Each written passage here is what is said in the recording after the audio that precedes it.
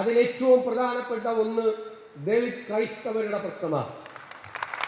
ആ ദളിത് ക്രൈസ്തവർ ഇന്ന് പിന്നോക്കം നിൽക്കുകയാണ് കേരളത്തിൽ. അതാണ് സാമൂഹ്യ യാഥാർത്ഥ്യം.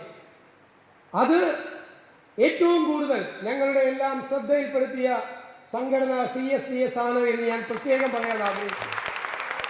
ഞാൻ അക്കാര്യത്തിൽ ശ്രീ സുരേഷിനെയും സഹപ്രവർത്തകരെയും പ്രത്യേകമായി അഭിനന്ദിക്കുന്നു. ആ വിഷയത്തിനും പരിഹാരമുണ്ടാക്കാൻ ഈ സർക്കാർ ശ്രമിക്കും എന്ന് ഞാൻ നിങ്ങൾക്ക് ഉറപ്പു നൽകുന്നു. അതിനുള്ള ശ്രമങ്ങൾ ആരംഭിക്കും, അതിനുള്ള പഠനങ്ങൾ ആരംഭിക്കും.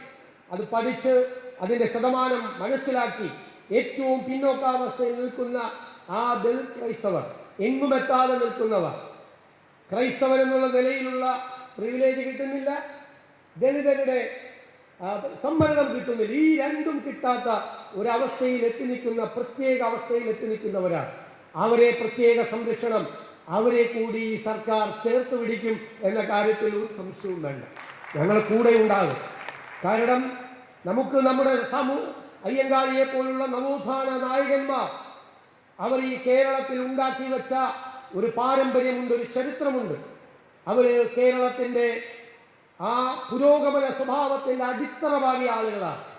അവരോട് നീതി പുലർത്താനുള്ള ബാധ്യത ഏത് ഭരണാധികാരിക്കും ഉണ്ട് എന്ന് ഞങ്ങളെല്ലാം തിരിച്ചറിഞ്ഞിട്ടുണ്ട്. ശ്രീ ഉമ്മൻചാണ്ടി സാറാണ് CSDSനൊരു കോളേജ് അനുവദിച്ചത്. പക്ഷേ അത് യാഥാർത്ഥ്യമായില്ല 10 വർഷക്കാലം.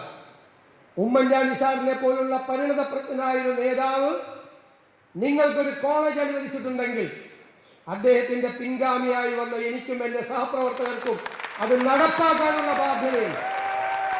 ആ കോളേജ് CSDSന് ലഭ്യമാക്കിയിരിക്കും.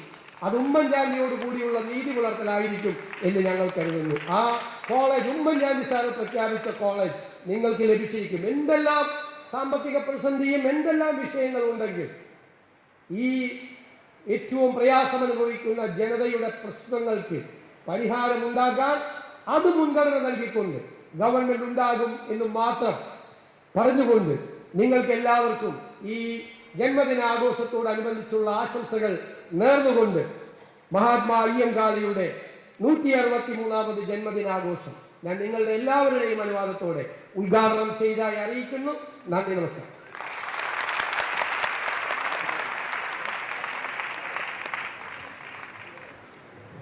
ബഹുമാന്യനായ മുഖ്യമന്ത്രിക്ക് CSDS സംസ്ഥാന കമ്മിറ്റിയുടെ ആദരവ് നൽകുന്നു.